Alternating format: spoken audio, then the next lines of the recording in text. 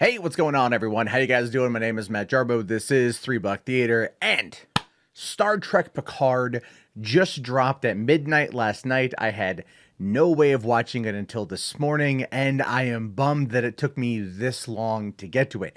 I loved Star Trek Picard. I thought that this was something that was going to potentially be a dumpster fire, especially if you pay attention to the online chatter. Certain people out there are saying, "Oh my God, it's a wreck.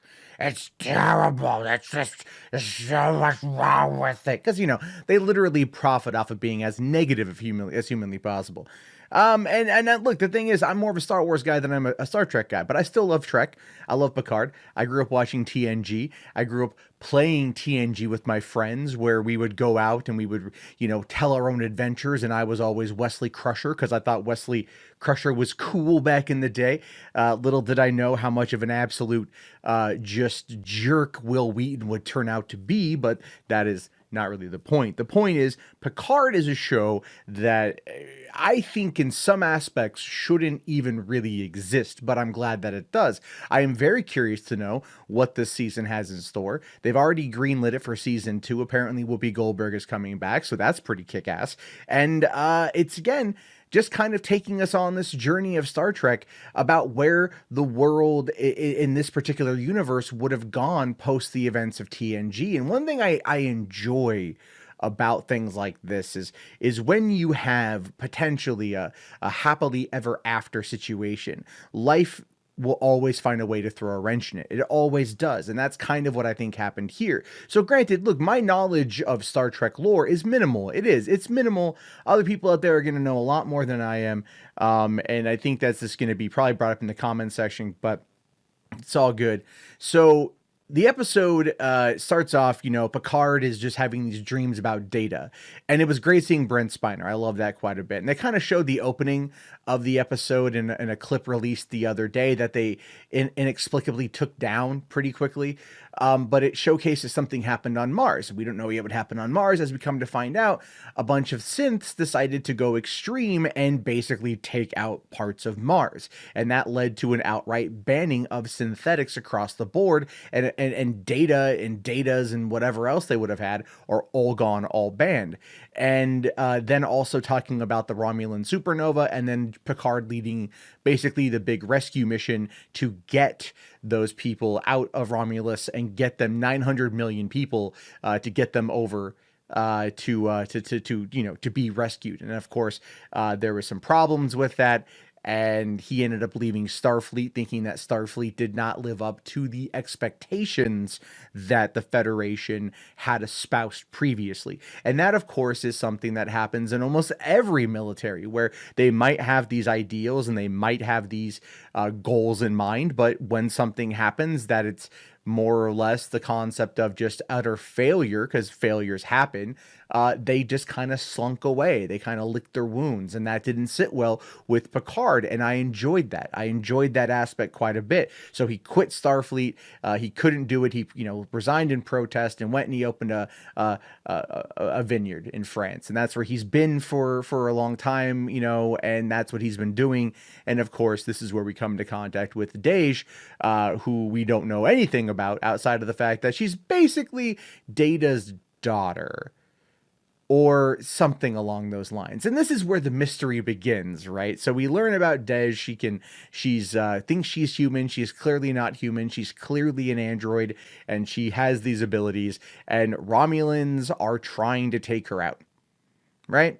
Romulans are trying to take her out. These weird stealth assassin type guys that can transport in and transport out at a moment's notice. That's some technology I want to know more about.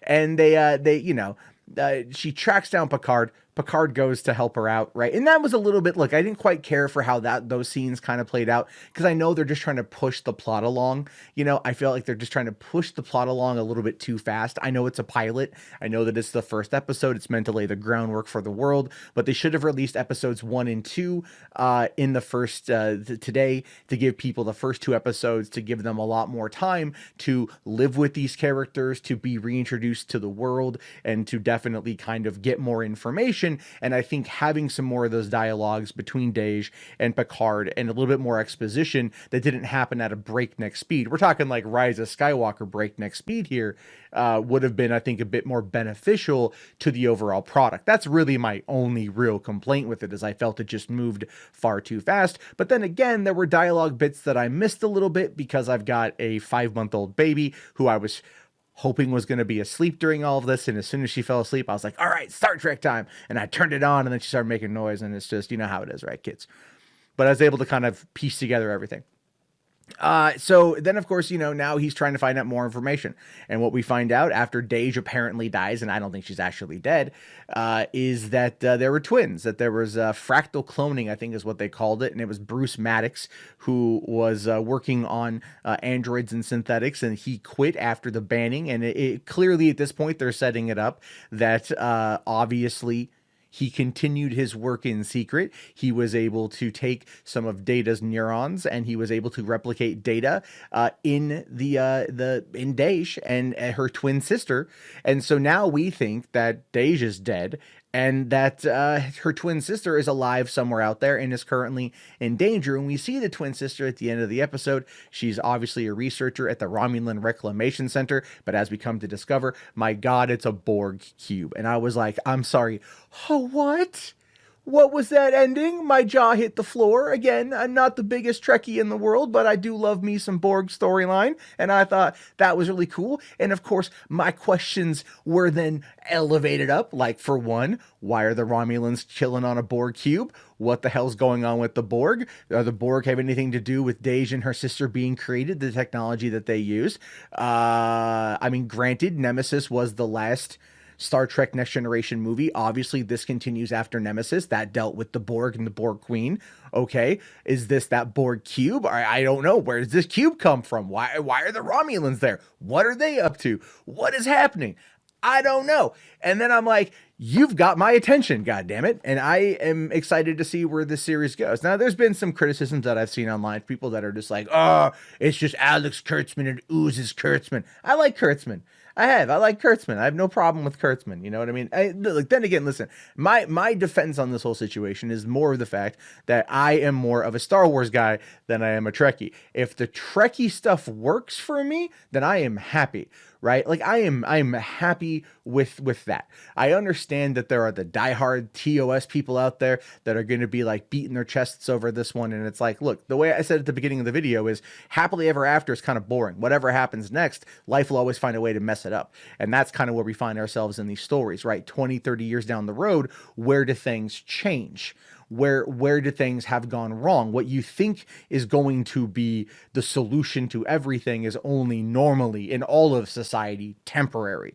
But people don't want to think like that because they want their stories wrapped up in a nice, neat little bow, and they don't want to think about the future problems that could happen to these characters. It's one of the reasons why I enjoy the sequel trilogy, because when you break it down from that aspect, it's like, yes, Anakin was able to stop the Emperor and stop the Empire, and Luke did all that stuff as well, but that doesn't mean that happily ever after is going to maintain. There's always going to be a new threat. And if you don't quell and stop the virus, it's going to replicate and come back eventually. And that's what happened. Could the story have been told better? Sure, fine. Yeah, 100%. Any story could probably be told better. There's no such thing as a perfect exposition. There's no such thing as a perfect story. The way I view these kind of situations is, am I happy with what I saw? Am I entertained by what I saw? And yeah, all the way through Star Trek Picard, I was entirely entertained with what I had seen, and I really enjoyed what I saw, and I'm looking forward to more episodes. Also, I'm not going to lie, 'cause I've gone to VidCon a number of times, and I used to live in Southern California. It's always funny seeing the Anaheim Convention Center used in any kind of film project, because I'm like, I was just there less than a year ago. So there's that as well. But yeah, I'm really happy. I'm really excited to see more on the show, and we'll have to wait and see how it all goes down. It could be good, it could be bad, but then again, I also enjoyed the first half of the first season of Star Trek Discovery. So I'm an easily entertained person, but I'm open about that. Anyway, your thoughts, your opinions. Let me know what you guys thought of the episode down below. I'll talk to you all later. Have yourself a great day. If you want more Star Trek Picard reviews, let me know. I'll watch more episodes. I plan on watching more episodes. Let me know. I'll talk to you all later. Have yourself a great day, and live long and prosper. Hey, thank you very much for watching the video. If you want to keep the conversation going, and if you made it this far, you clearly do, come on in and join the Discord. Link is in the video description. Can't wait to see you there. Have yourself a great day, and peace out.